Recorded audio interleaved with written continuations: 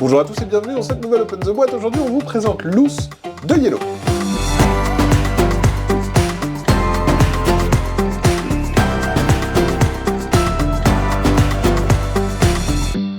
Loose, c'est un jeu de Taiki Shinzawa, c'est illustré par Crocotam.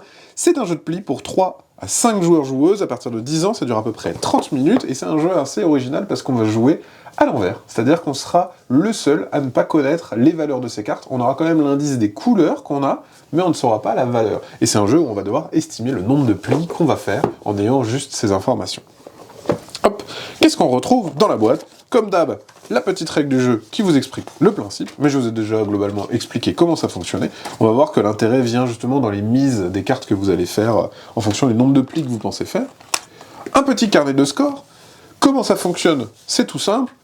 On va connaître les cartes de tout le monde, sauf les siennes, et avec ça, on va devoir estimer le nombre de plis qu'on fait. Pour ça, on va miser avec des jolies petites gemmes. Il y en a des bleus et des jaunes. Hop, ça ressemble à ça, c'est des espèces de billes en verre comme ça, c'est très très chouette. Pour valider ces plis, ça fait un bel effet.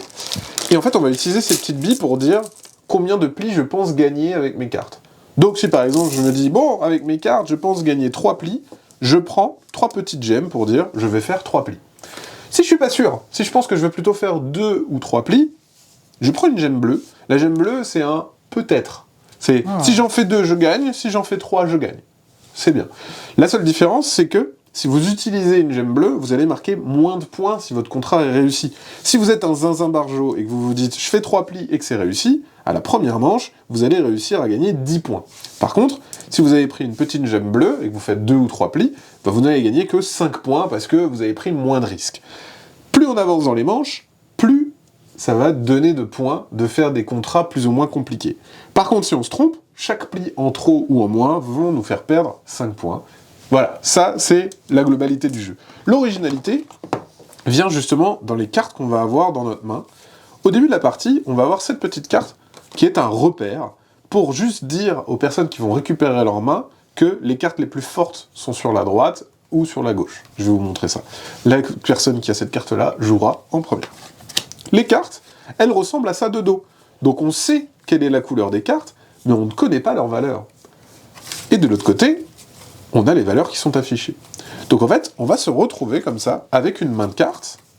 Elle sera triée par couleur et par valeur. Donc c'est-à-dire que votre voisin va les trier, il va dire, ok, le 10, le 4, tac tac tac, le 6 plus haut ici, tac, et je vais dire que tes valeurs les plus élevées sont à chaque fois sur le côté. On prend notre main de cartes comme ceci, et du coup, on va avoir juste ça devant nous. Je sais que cette carte-là, c'est ma carte la plus forte en violet. Cette carte-là, c'est la carte la plus forte en jaune.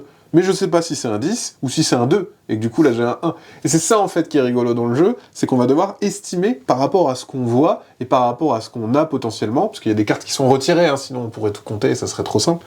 On va devoir estimer le nombre de plis qu'on va faire avec notre main à l'envers. Ça marche super bien. On a à chaque fois le doute de « Attendez, c'est quand même pas moi qui ai la grosse carte 10 ici quand même, là. Ah non, c'est bon, ça passe. Et là non plus, j'espère pas. Ah mince, c'est moi qui l'avais, etc. » Et bref, ça crée des petits moments comme ça, un peu de « oh non, je pensais pas !» et machin. Et voilà, ça fonctionne super bien. Moi, j'ai adoré le principe du jeu. Je vous montre juste le fond de la boîte, voilà. C'est tout joli, c'est tout noir, pour ranger vos petites cartes à la fin. Et voilà comment se passe une partie de Loose. Voilà, c'était une présentation de Loose, et bien sûr, comme d'habitude, on vous fait des gros bisous, on vous dit à la prochaine, et jouez-y, vous avez nothing to lose.